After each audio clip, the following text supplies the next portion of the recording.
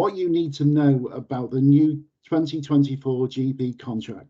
And the main presenter is Phil Harnby. But before I pass the baton over to Phil, just a couple of domestics I need to run through. First off, my name's Joe Devine, and I'm going to try and facilitate the session today, which essentially means I'll intro Phil, and then at the end of Phil's presentation, I'll facilitate a Q&A. Finally, when we do the Q&A, if you want to pop it in chat or raise your hand, I'll try and manage it as best I can in the most orderly way, so that everybody gets their question asked.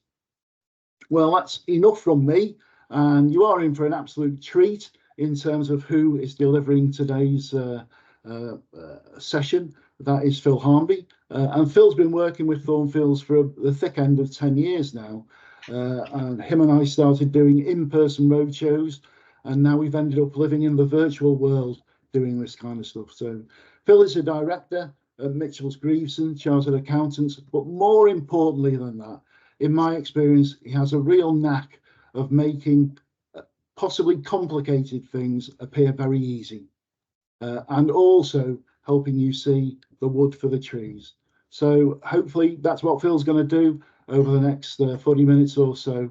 So I will pass the baton back to Phil now. Thank you, Gerry. That's much appreciated. That a very nice intro. It was very kind. I like to think that we started working together with Thornfields with a full head of hair. That's that's my interpretation anyway. I start any presentation with a quick disclaimer that I'm not giving advice today. It's just for information purposes. If you want specific advice about your specific circumstances, more than happy to provide that, but that would need to be on a one-to-one, not kind of in an open forum such as this. But I thought it might be worth us kind of starting today with kind of where are we? So where have we kind of got to? And we've had huge inflation. We've all seen that over the past couple of years. We've all found, a pint of milk, a loaf of bread, our electric and gas bills have gone through the roof. And we've started to see back in certainly, February 24, which is when the latest data is available, inflation start to come down. It's not back down to where the Bank of England are tasked to getting it, but it's a lot better than it was. But what people forget is that inflation is just adding on to the previous bit. So if it's already gone up 10–15%, well, it's now just going up 4 and a bit% more. So we're not seeing deflation. We're not seeing prices come down. We've seen some costs reduce. For renewing our electric contract in the next few months, we'll see that being cheaper than it was a couple of years ago now. But we're not seeing prices come down. So yes, inflation isn't as high as it was, but that doesn't mean things are now going to be cheaper than they were 12 months ago. They're just not increasing as quickly. And I think sometimes news institutions and the government are quite good at not necessarily portraying that. It sounds good that inflation's coming down, great, we're all going to be better off. Not if we haven't kept pace with that and where we're getting to. What could be seen as a positive is that junior doctors and consultant doctors have now accepted their pay offer. I won't go into the politics whether they're happy with their pay offers, but they've certainly accepted that. So there's been some progress there, and that should hopefully start to bring down some of the pressures that we've seen within secondary care in the hospital sector, with kind of lack of availability of appointments and those kinds of things. I'm not sure that's started to flow down into ability to refer stuff into secondary care and how quickly those appointments are being met, but we should hopefully start to see some of that. But rather depressingly, I started writing this presentation the week before last because I was hoping that we got some more information about the future, but that hasn't quite come out just yet. But there was a public satisfaction survey had come out about a fortnight ago, and the NHS as a whole and GP services in particular are now rated at an all-time low. And I don't want to be depressing about that. And I'm sure all of you are doing absolutely the best that you can with what you have. but the public perception is still poor. And one would hope that that would result in the government wanting to do something proactive. And I think we're all of the opinion that within the next 12 months we will have a new government, and whether that be a new group of the current incumbents or a totally new political party leading the government, I think we are going to have a general election before the end of the year. That's what we've been told. So one would hope a new government would look at trying to improve some of that satisfaction. But that's frustratingly where we find ourselves today. And I'm sure, kind of looking back even further still from all of this, that did everyone celebrate on the 31st of March 20 years of the GMS contract? Yeah, I'm sure you all cracked open a bottle of champagne, lit a few candles on a cake and celebrated how well it's all gone, or possibly not. But yeah, it's 20 years since the new GMS contract came into force, and it hasn't changed a great deal since then. So if we kind of move on with all of that in our minds, are we now starting to see some new beginnings? You know, we've seen the end of a 5-year deal with PCNs. We've just passed the 20-year milestone within our contract, within our new GMS contract. I think the reality is possibly not. And I appreciate I'm being quite pessimistic at the moment. I want to reassure you I'm life's eternal optimist, but we've got to be realistic with what we do. So I'm hoping that everyone has read the letter, at least from NHS England, that came out a few weeks ago now, highlighting what was going to be happening from the 1st of April. Of course, we're now 10 days in. You've been delivering the 24-25 contract now for the past 10 days. I'm sure you feel it's all going swimmingly, but there was 5 key areas that NHS England were wanting to address within that, and they're on the screen now. We're going to cut bureaucracy for practices.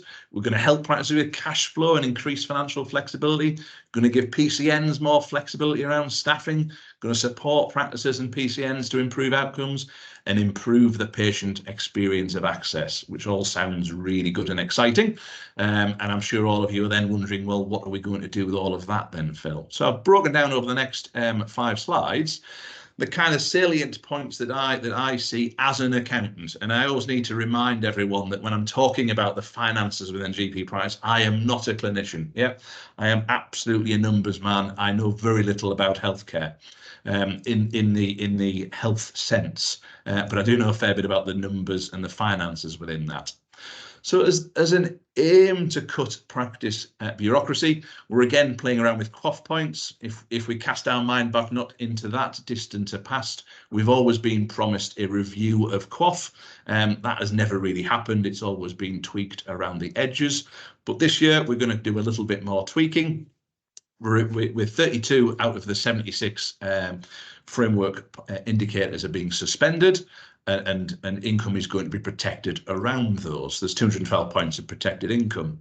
Now, that sounds good. We've now got some protection within that. We don't need to try as hard to achieve some of those indicators. We're basing it off the previous year as to how we're going to gain income from that. What they're not protecting is prevalence, yeah, and list size. So we can still see, even if you know you've done all that you need to do and you've achieved everything you need to achieve, that actually you can see income drop within QOF because of prevalence, because of list size.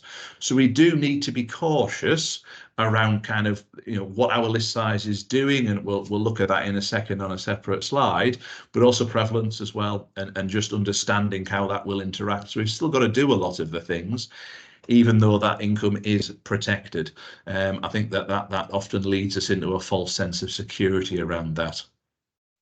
Looking at kind of other areas as well, the IIFs, which is generally delivered via primary care networks, they're reducing that from 5 to 2 indicators, and again that's designed to support some of that bureaucracy.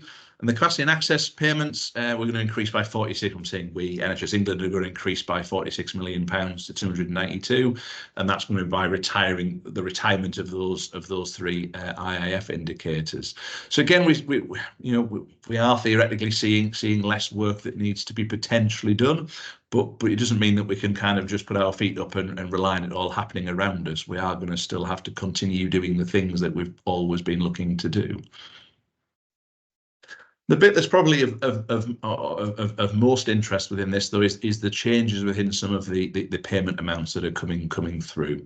So we're seeing our global sum now leap, is possibly a strong word, but we're seeing that go up by £2.84 to £107.57, which is a working and planning assumption, as NHS England put it, on a 2% pay rise for our GP partners, our salaried GPs, other practice staff.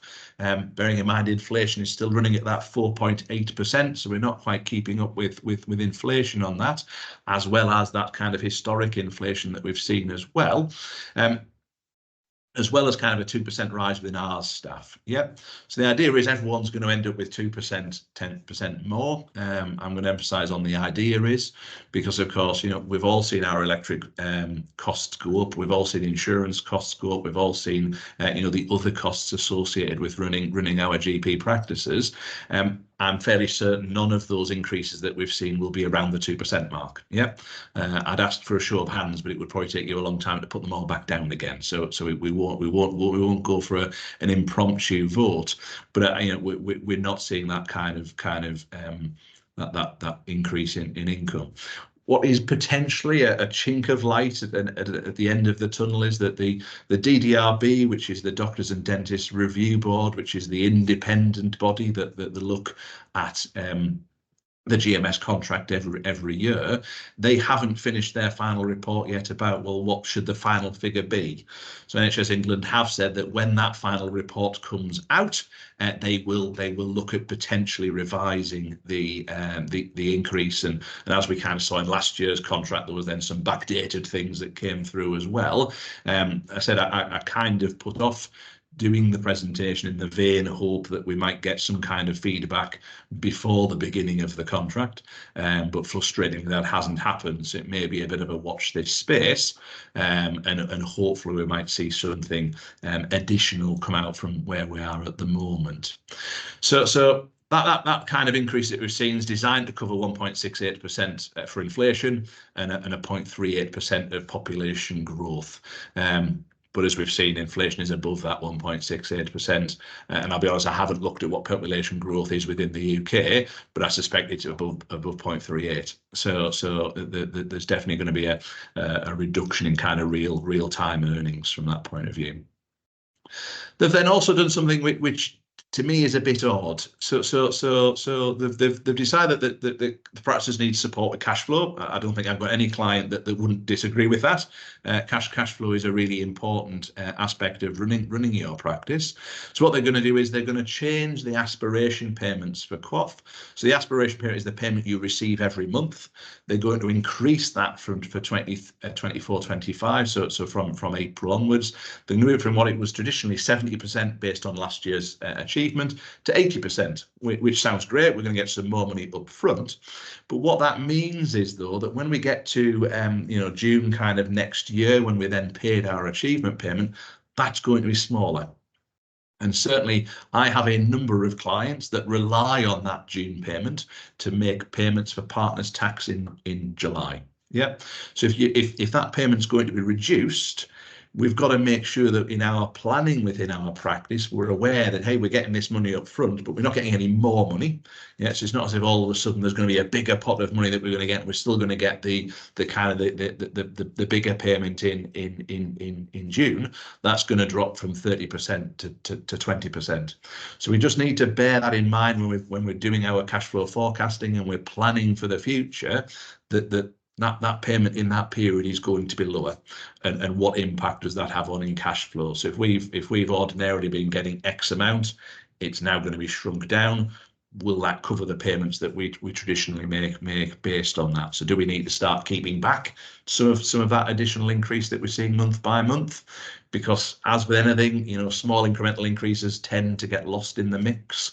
I doubt very much we'll be that 10% better off come June next year. So just bear that in mind, that we're not getting any more money. It's just the timing of when that money is going to arrive. There's also been an increase in the value of points as well, but we've got to bear in mind that the QOF is based around the national average practice population figure. So although the points value has increased, it's based on list size increasing as well, and we're seeing a kind of a circa 3% increase in list. Is your list size increasing by 3%? Generally, that's not the case. The average practice list size increases because of practice mergers and all those kinds of things. If you've got two practices coming together, you've now just got one practice. So average list size does tend to go up quite quickly, but not necessarily individual practices. So again, it's worth bearing in mind, well, actually, what is my list size doing? How is that changing, and what impact will that have on what I'm going to be earning from a quaff perspective? So the final kind of bit around practices and cash flow is the capacity and access payments. Now we start being paid at any point in the year, so we're not relying on kind of submission at the end. It's when PCNs have confirmed that they're going to meet the criteria. And again, this one's going to be spread over 70% of funding paid to practices in 12 monthly instalments. I mean, why change quaff to 80% and that at 70%? That's above my pay grade, but certainly that they're looking at doing that as well. They're then also going to give primary care networks some more flexibility around staffing as well. And one of the things that they're changing is enhanced nurses. So we're going to have one per primary care network, or two if your list size is over 100,000. So I'm not quite sure what they're going to do if your list size is 99,999 patients. But if you're over that 100,000, you will get a second enhanced nurse. Again, there's a lot of things that don't necessarily fall fairly and evenly, but that's being split. There's also additional kind of monies within the R's, the additional roles reimbursement schemes as well. Giving kind of PCNs and GPs more flexibility by removing caps on direct patient care roles as well. So that should mean that if we are kind of having recruitment challenges and things like that, there is and the costs of kind of that we do, there is additional funding available within the R's structure and certainly within primary care networks as part of that. So again, they're trying to support practices. The fourth point that we're looking at was supporting practices and PCNs in improving outcomes. So as part of the DES, they've tried to simplify some of that. I'll let you decide whether or not it actually has been simplified. One bit that constantly frustrates me, and I've previously run courses for Thornfields around primary care networks, is this new kind of idea of adjusted population, which is specific to primary care networks. We're all really used to weighted patients. We've kind of used that term for a long time now. We understand how that works. We understand raw list. I like to call it bums on seats, but we've also introduced this adjusted population. So we're going to get £2.91.6 per patient, which is split between £2.18 based on registered list size and the 68 pence based on the PCN adjusted population. We're going to get £7.64.7. I'll put my teeth back in.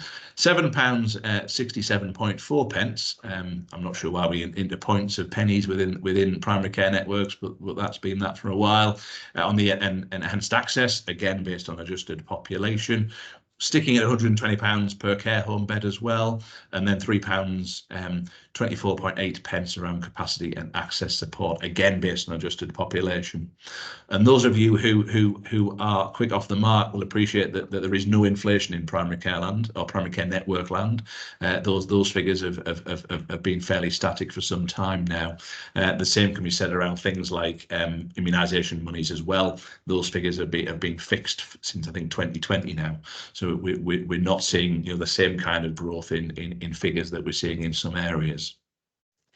The final bit is that they're lumping together some of the primary care network clinical director and leadership management payments to make that presumably more straightforward. I mean, it's all based on list size anyway, so it probably makes sense. So instead of kind of coming in as multiple payments, it'll all come in as one, which is supposed to allow some autonomy and clinical directors can lead their PCNs in the best way possible locally. I'm not sure how changing the payments does that, but that's certainly the drive that we're seeing from NHS England, or the idea that we're seeing from them on that front.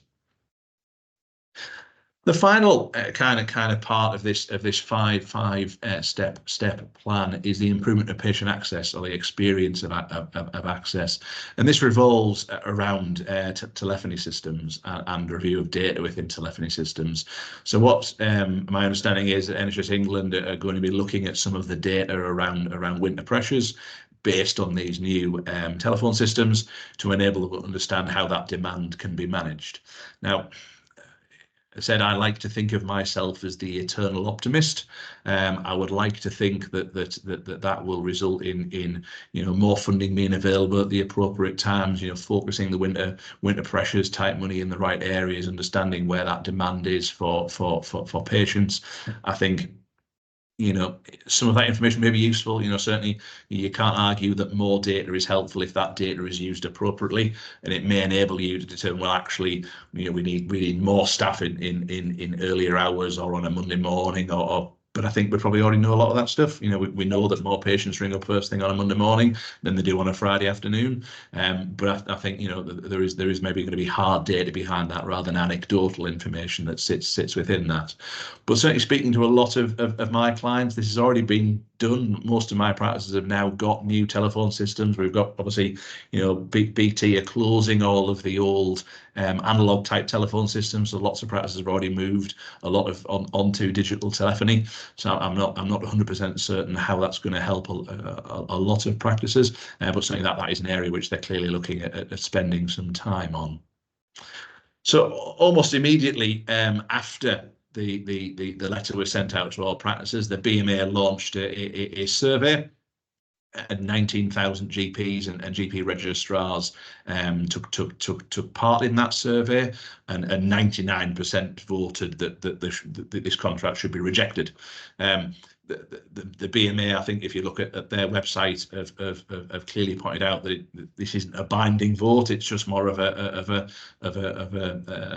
sounding board to see actually what's the feel of the population of GP practices. I'm sure, based on it's effectively 50% of GPs have responded to that and overwhelmingly have said that the contract isn't acceptable.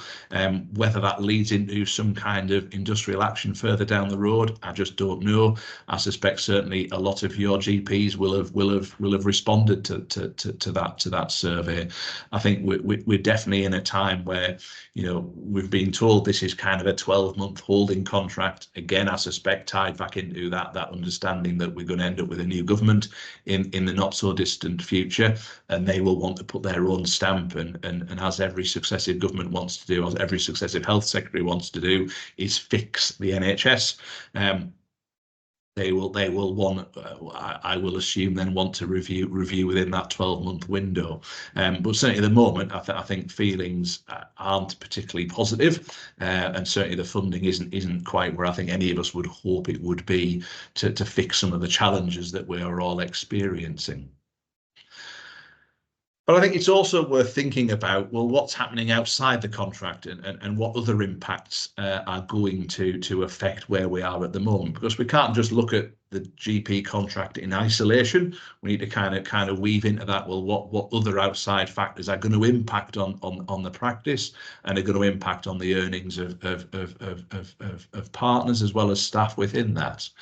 And I think they're both two positive things, which is, as I said, I'm trying to be the eternal optimist with everything. And the first bit is pensions. So we saw some changes in the pension rates in October last year, and they're again changed on the 1st of April this year.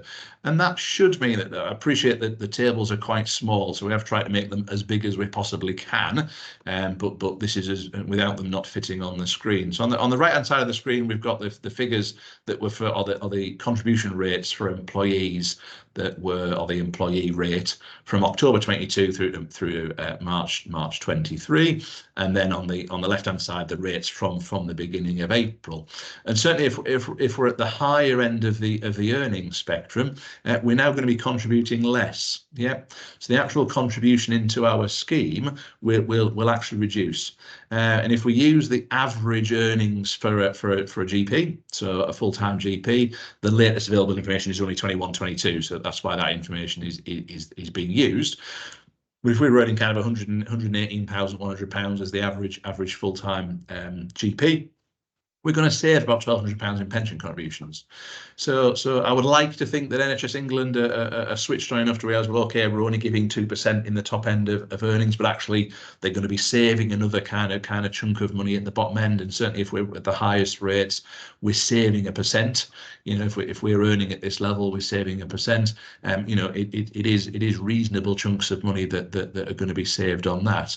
And certainly this affects everybody. So it's not just GPs, either partners or salaried. It's also staff as well. So again, you should see your contribution rate change between kind of your pay in March 24 and your pay in April 24. So again, it's also worth reminding if you are, you know, preparing your own payroll and things like that, just making sure the rates have been applied appropriately, and that we're now using the new rates that again are available on NHS Pensions website, so you can pick them up from there.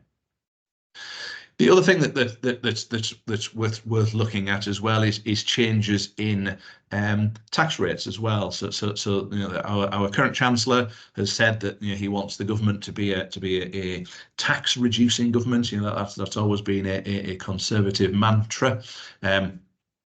That's the aim of what they've been trying to do, and some of that has started to come through with national insurance. So our national insurance rates have come down, and again, if we are an average GP on that kind of 118,000, they're sort of the figures that we've kind of rounded to get back to. But if, you know, in 22-23 we'd be earning or paying that amount, and by 24-25 we're paying that amount. So we are, you know, kind of on the side of the contract, starting to save elsewhere, even if we're not seeing huge sums coming in at the top end of the contract. That kind of wraps up everything that I was kind of wanting to talk about with regards to the contract itself, and as I said, some things that I think are worth noting and worth being aware of that will impact on earning and practices moving forward into the 24-25 year. I see there's one question in the chat now, but if anyone else has any other questions, drop them in, and I think Gerry's going to try and facilitate that. In true Blue Peter style, we did have some questions submitted beforehand, so to kind of open the gates of a question avalanche, I'll ask a couple of questions on other people's behalf. So one picked up on, I think it was with irony, Phil kicked off his presentation by referring to this period as new beginnings, but someone drew attention to the fact that it's 20 years since the GMS contract was put in place in its present format. Actually, this year is also the end of the 5-year PCN plan. So how are practices supposed to plan long term if everything seems to be either not fit for purpose in the present day, i.e. the contract, or coming to an end and not having a kind of longer than 12-month horizon as in terms of PCN? Yeah. Any thoughts on that, Phil? I think it's really difficult. I mean, I've been talking to the PCNs that we look after for the past kind of 4 years about, hey, you know, there's an end point to this. You need to be planning for that. You need to be thinking about that. You need to be understanding what's going to happen. And if that then just gets kicked down the road for another 12 months, it doesn't enable you to do any long-term planning, does it? Because you don't know, hey, in 12 months' time, the rug could be pulled, and I've got all of these R staff that I now can't do anything with. Where do I go from here? I think it's a very frustrating time. I think, you know, all of us could agree that there will be an NHS in 12 months' time. Yeah, so I think there will still be ill patients. They will still need care. So I think I can't see that changing in even the distant future. Never mind the next 12 months. But I think it's frustrating from our point of view that it's not as if we didn't know this was coming. Yeah, so we knew 5 years ago this is going to end in 5 years' time. What do we do at the end of that 5 year? Now that doesn't help practices right now saying, well, actually, where do we go from here? And I've spent quite a bit of time, you know, talking to certainly to the practices that I look after, saying, look, you need to remind staff and reassure staff that we are our own independent business. We're an independent contractor, effectively, with the NHS. Our contract has gone up at a couple of percent. We all need to work together to see what we can save. Turn lights off in rooms that aren't being used. Don't put the thermostat all the way up to 28.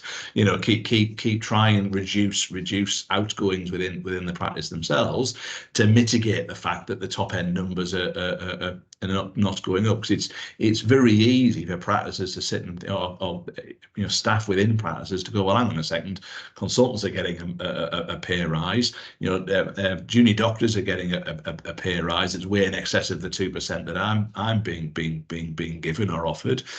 Where do I go from here? And I think having that kind of reassuring and ensuring that we're all on the same page together is probably one of the best bits of advice that you can have at the moment.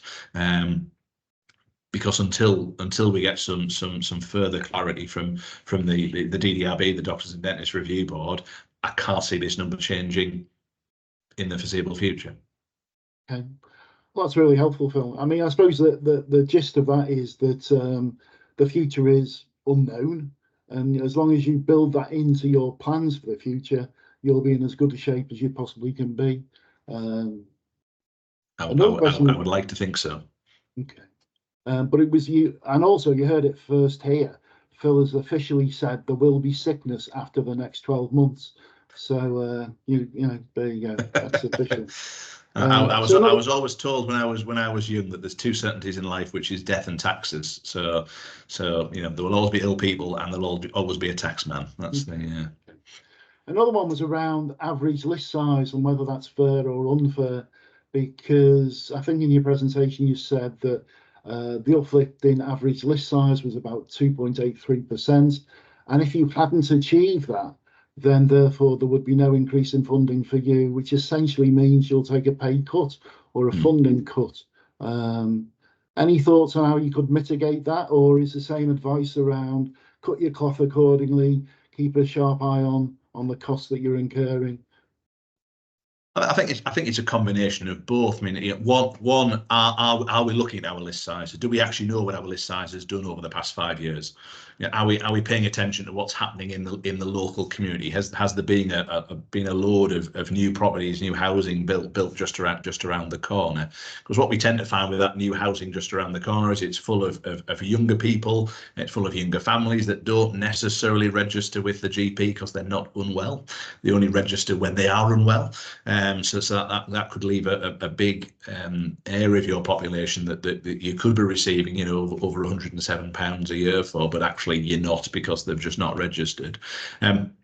But also reminding, the local population that we're here, we're accepting new patients, we're taking on new patients. Because if we think about kind of dentists, if you've got to look at the news recently, and you can't find an NHS dentist for love nor money.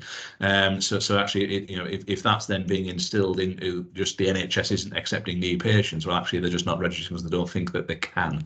So I think you've got to make that kind of availability to join the practice, as open as it is humanly possible, and reminding people that, hey, we're here, come along and register.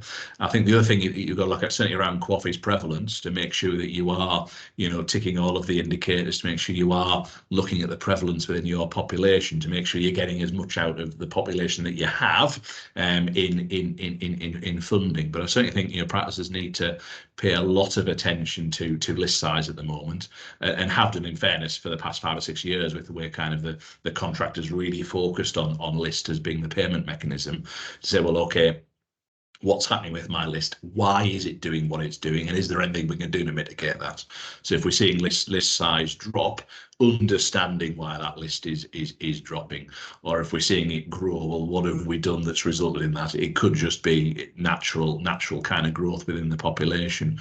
But if we don't understand why that's happening, it's difficult to do something about it. Okay. Well, one idea I stole from a fellow practice manager when I was a practice manager was the idea that when I heard of a new housing development, I contacted the developer and made sure we had a practice leaflet in the welcome to your new house pack. So I think it is useful to have conversations with other people around how can I maintain, increase my list size. And if I'm honest, that's what our event next week at this time will be about, really.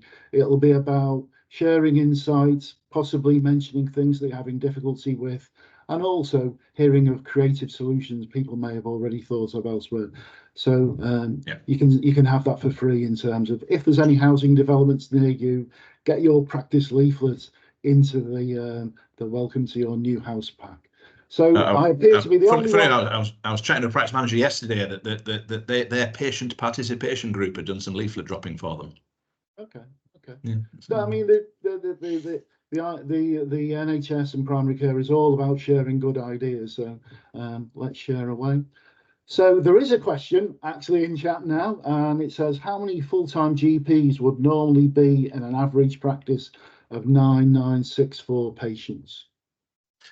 So the BMA used to produce a figure which from memory was about 2,500 patients, but I'd need to go away and have a look at that just to see what their current guidance is. But it always used to be around about 2,500 patients, unless anyone else has any more up-to-date knowledge than that. That was my understanding of where the BMA were at.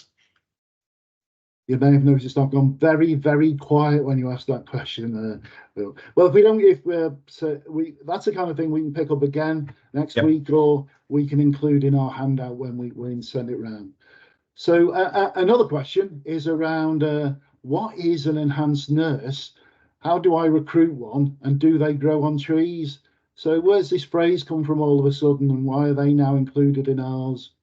As I said during the presentation, I'm an accountant, not a healthcare expert. So and in the delivery of healthcare. So I generally don't know where the term enhanced nurses come from. If we have any enhanced nurses on the call, I'd be really intrigued to have a conversation with you, but I suspect we don't. I think we keep kind of inventing these roles and these names, don't we? A kind of physician associate came out a few years ago. We had kind of various different roles that came out within kind of ours, that social prescribers and things like that, which again, 5 years ago, 6 years ago now, we would never have heard of a social prescriber. I think the challenge that PCNs have, which then knocks onto practices, is all these additional roles don't grow on trees. There's only so many people that are being trained via university or other schemes to work in primary care and secondary care. And certainly if I was to speak to some of my pharmacy clients, they were distraught when pharmacists were being recruited within ours types roles, because there's no more pharmacists. So it's all right saying, well, okay, great, PCNs are going to recruit all these pharmacists. Well, they're all just going to come out of the local chemist. So there isn't any more of them within that. So we end up kind of almost generating competition within kind of the employment sector of primary care as to where these people are going to come from. So I think we just, there needs to be a bit of a realization that, okay, great, we can go ahead and recruit these people. But as you said, they're not. I don't think they're growing on trees. So if that's not possible, well, where are we pinching them from? I think you've got to be, certainly, primary care networks need to be careful that they're not just recruiting out of their member practices into the central role. Now that might work, and you could have practices that actually, well, our enhanced nurse or whoever isn't fully utilised or wants to take on more hours, and we can't offer them more hours. But I don't know many practices that are overstaffed. That could be an interesting survey to ask: is anyone overstaffed and got any spare capacity? I don't think there'll be anyone put their hand up. But yeah, it does become a robbing Peter to pay Paul exercise. Thanks, Phil. I mean, there are nearly 50 people on this call, and I don't want to monopolise it by asking the questions that people have submitted beforehand. Is there anyone with any question at all? Obviously finance related, not how to make a decent souffle or anything like that. There is one appeared in the chat. National minimum wage also has a significant impact on wage inflation within practices, which seems to be ignored by the NHS. And I suppose that's playing to your point, Phil, that there seems to be a willing kind of or unwillingness to recognise that inflation does exist in primary care, that inflation does exist in PCNs. that there are certain things that the government do, i.e. increase the national minimum wage, that has a knock-on effect to the cost base of primary care, and yet they don't fund them to meet that increase. So I suppose that's just recognition of that, really. So it is absolutely. I mean, we've seen 10% the last 2 years in national minimum wage, and you know, that is huge growth in the very bottom end of our pay scales. That just then has a knock-on effect, and I think there's a really interesting white paper that the government. I'll come back to that point. But yeah, there's a white paper you can read around kind of the government's ideas with national minimum wage, and the idea is that it shouldn't be a minimum wage. When I started many moons ago, you know, on minimum wage, you had to live with your parents. You couldn't afford to move out. You drove an old banger of a car. The idea is that the national minimum wage, you should be able to live in the average house in the average part of the world. But that's ignoring the pressures it puts on employers, and certainly GP practices as a whole. That the average employee doesn't want to be on minimum wage. They want to feel they've got more value to that, and you know, we've seen it in numerous businesses where you know, but the staff can go and work, you know, handing you know, stacking shelves in the local supermarket for the same money. It's a really difficult one for practices and businesses in general to deal with. So there's a question around the need to upgrade phone systems. So the question is, if practices don't have phone systems that are able to support the data extract, is there any funding available for such an upgrade? Yes, we've. I think I mentioned when we were talking before that quite a few of my practices have had funding via their ICBs already to cover some of this stuff. So I'd be interested if certain ICBs have offered that and certain haven't, because I suspect it would be something that would be everyone's aware of, because I've got a couple of practices that had already made that leap, and then afterwards the ICB said, "Oh, we've got some funding, but you've got to do it after we've released the funding," which there was a bit of a toing and froing, and they eventually agreed to fund it. So I certainly think that there should be some funding. I think someone's put that yes, we've had our funding approved. So obviously they're in the same boat that my clients have been in. Yeah, so Janet is proving invaluable. So thank you again, Janet. She says that her practice is signed up to the London living wage, which means that has an even bigger impact on the wage people has to receive. And second, she made a bid to a fund, I think, to improve the phone system, and it was approved. So it sounds like there possibly are pots of money out there that if the practice can't fund it itself, they may be biddable for. So obviously, any more questions, feel free to raise your virtual hand or stick it in chat. But in the absence of any other questions, here's another one that was made earlier, Phil. I could have been on Blue Peter very, very easily. So this is about terminology. So 32 of the 76 QOF indicators have been suspended, whilst others have had their income protected. What is the difference? And what will both mean to me and my practice? Yeah, it's a bit of a frustrating one. So as I said, you know, prevalence and list size are still going to impact things. So you might think, well, hey, I achieved so much last year, I'm going to get the same funding this year. Great, happy days. I don't need to worry. But the whole, certainly the original idea of QOF, it was a quality and outcomes framework. Yeah, so we're going to deliver better care, we're going to get better outcomes, and that's going to bring more funding into the practice. Yeah, so it's all about doing better for the patient, and then that resulting in funding coming into the practice. So to me, by kind of freezing things, yeah, okay, we're protecting some of that income, and we're potentially making, you know, to use the phrasing from the letter, bureaucracy lighter. But actually what that means is you can't do any better. Yep. So even if you do deliver even better care than you did the year before, well, tough. That's just par for the course. So it doesn't encourage you to do any better, but it does look at it is impacted by that list size and by prevalence. So you do need to be cautious around that, about, well, actually you can't just sit back and rely on it all being fine and I'm going to get the same money I got last year if, you know, prevalence is changing and list size isn't growing at an equivalent rate. So there is a question about what year are the protected indicators based on. So Elaine is asking, which previous crop year are the protected indicators being based on? Is it 23-24? Yes, I believe it is, but I'll double check that. Yeah, no, it is based on achievement in 23-24. Sorry, yeah. Okay. So protected, yeah, so I get that. And the last question that I've got, and so obviously people need to be thinking of their own in our last 15 minutes. But the last question I've got is, again, it follows on from the conversation previously about the phone system. So what is the, so it's going to generate 8 metrics that will monitor the performance of a practice, and they must report on those: call volumes, calls abandoned, call times to answer. But what's in it for the practice, or is it just providing Big Brother with a bigger stick to beat me up with? Aren't they just measuring something because it can be measured? We all know those numbers possibly won't be the best numbers in the world.